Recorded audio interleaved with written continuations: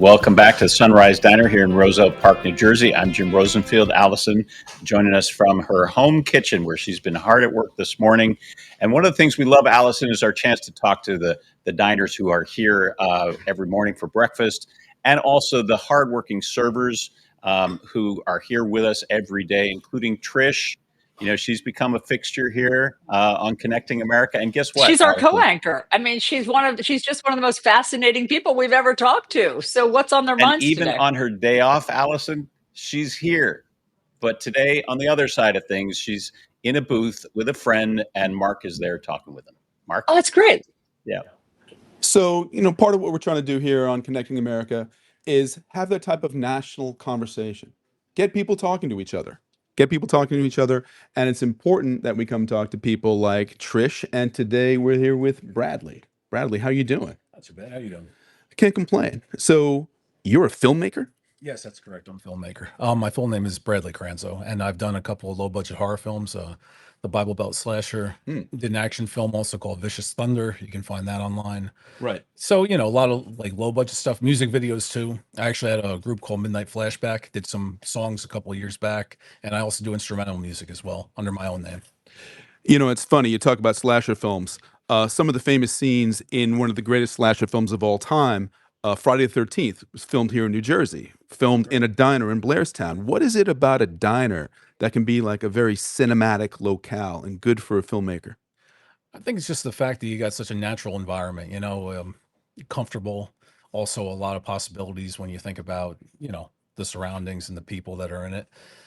Um, it's just hard to put into words, really, to be honest. But it Right. just feels right.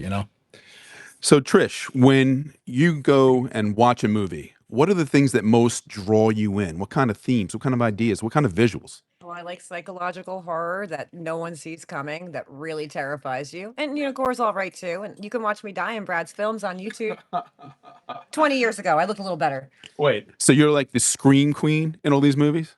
I did do some screaming.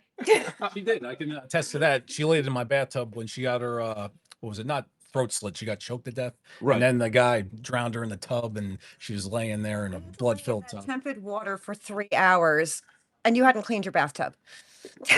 It was a little dirty. So we're here at the diner, and I can see, ketchup on the table, and there's something always got to wonder. What do you use for fake blood?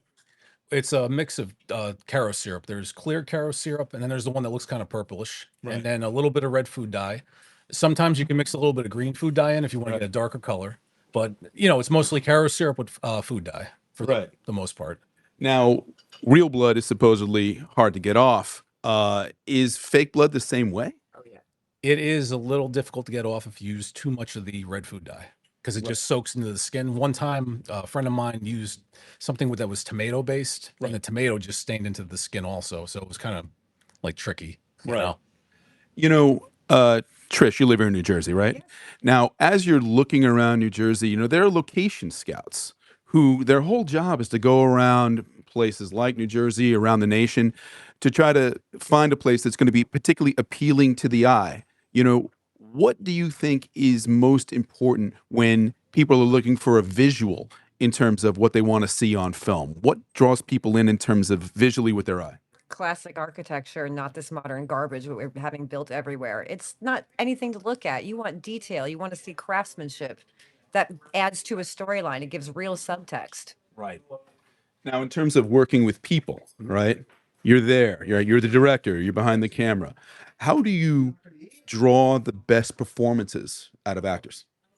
It's just a matter of sitting down with them and going over everything multiple times, rehearsing. I can't stress how much how important it is to rehearse something because you have a lot of people that they don't even write scripts on some of these low budget films. They get to the set, they say, okay, you're going to be doing this and that, and improving is great, but you just need to rehearse and go through the scene as many times as you can. That's the only way you're going to get a good performance out of people. And you can even do what's called like a memory recall for some people who are having trouble crying, recall the saddest moment in your life that you had, run that in your head when you're doing that particular moment in that scene. So I try to work between memory recall and just a lot of rehearsal to get everything right. The one film I did, Vicious Thunder, we had to do a lot of rehearsal with that because I was working with blank firing firearms. Uh-huh. So there was a lot of gunplay in it, and we had a lot of people that were not comfortable, Right. using the weapons. But once they start firing it, you show them how to use it. They relax. They get a lot more comfortable with that because we filmed that over in Linden, New Jersey. I actually Right. took over the whole courthouse Wow. where I worked. So that was a big production. I took the courthouse over for a few months. While Wow. we were shooting that. Well, all the world's a stage. Yep, All right. definitely is. So, Bradley. Yeah. Bradley, yes. And then next year, I'm hoping to do another feature. I've been out of it for a couple of years, but I'm hoping to get back into it. All right. Wish you the best of luck. And Trish, maybe we'll see you not just in the diner, but on screen again. He said I could play a killer this time. I usually die. And you can also find me on Facebook if you want at Bradley Cranzo. And I'm also on YouTube and SoundCloud as well, also under Bradley Cranzo. Great. We'll be looking for it. Thank you very much, guys. All right. Going back to talking to Jim now about issues around the nation. Coming back to the table. I love that we got the recipe for fake blood with the Cairo syrup. Me too. I mean, Jim, how is it possible that we learn so much in these moments where we interact with the diners? I've never known how they make fake blood. And by the way, hats off to Mark there for asking what the formula for fake blood is. It shows how warped a mind he has, if that was one of his first questions.